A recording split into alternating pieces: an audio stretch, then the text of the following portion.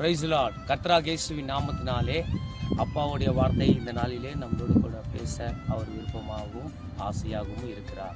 இன்னைக்கு நீங்கள் கர்த்தர் இன்னைக்குன்னா வார்த்தையோடு கூட எனக்கு இடைப்படுவார். இன்றைக்கு கர்த்தர் இன்னைக்கு என்ன வார்த்தையோடு கூட எனக்கு எச்சரிப்பார். கர்த்தர் இன்னைக்கு என்ன வார்த்தையோடு கூட எனக்கு அன்பு காட்டுவார். இன்னைக்கு கர்த்தர் என்ன வார்த்தையோடு கூட அவர் பேச சித்தமாக இருக்கிறார் என்று அவளோடு காத்து கொண்டிருக்கிற பிள்ளைகளுக்கு வேதம் சொல்லிக் கொண்டிருக்கிறது. இந்த நாளிலே 2 தீமோத்தேயு 4ஆம் அதிகாரம் 7வது வசனம் சொல்லிக் கொண்டிருக்கிறது. நல்ல போராட்டத்தை போராடினேன், ஓட்டத்தை முடித்தேன், விசுவாசத்தை நான் காத்துக்கொண்டேன். ஆமா, அருமையான தேவனுடைய பிள்ளைகளே, பவுல் சொல்லிக் கொண்டிருக்கிறார்.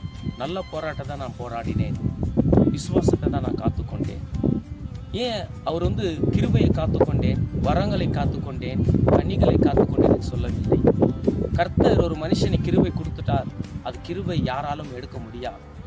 ஒரு வல்லமை கொடுத்துட்டார், அந்த வல்லமை யாராலும் பறிக்க முடியாது.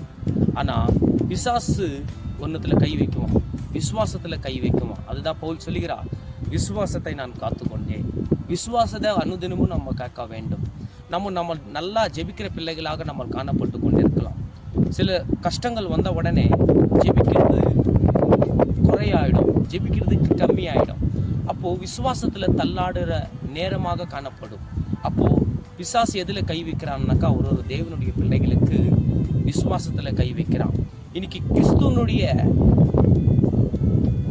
கிறிஸ்துவனுடைய கீழே விழுற ஒரு காரியமே தேவனுடைய பிள்ளைகள் எதில் என்றால் விசுவாசத்தில் கீழே விழுந்து கொண்டிருக்கிறார்கள். ஆனால் இன்னைக்கு விசுவாசத்தோடு பவுல் சொல்றதை போல விசுவாசத்தை ஒரு தேவனுடைய பிள்ளைகளும் காத்து கொள்ள வேண்டும் என்று வேதம் சொல்லி கொண்டு இருக்கிறது. இன்னைக்கு கர்த்தர் நம்ம கூட பேசிக்கொண்டிருக்கிறார். நீ விசுவாசத்தோடு காத்துக்கொள். நீ விசுவாசம்தான் ரொம்ப முக்கியமான ஒரு விஷயம். இன்னைக்கு அந்த விசுவாசத்தை கொடுக்க அவர் சித்தமாக இருக்கிறார்.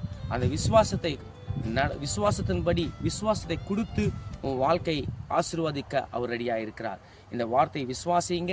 நம்ம எல்லாரும் விசுவாசத்தை காத்துக்கொள்ளலாம். கர்த்தர் உங்களை ஆசீர்வதிப்பாராக. ஆமேன், ஆமேன், ஆமேன்.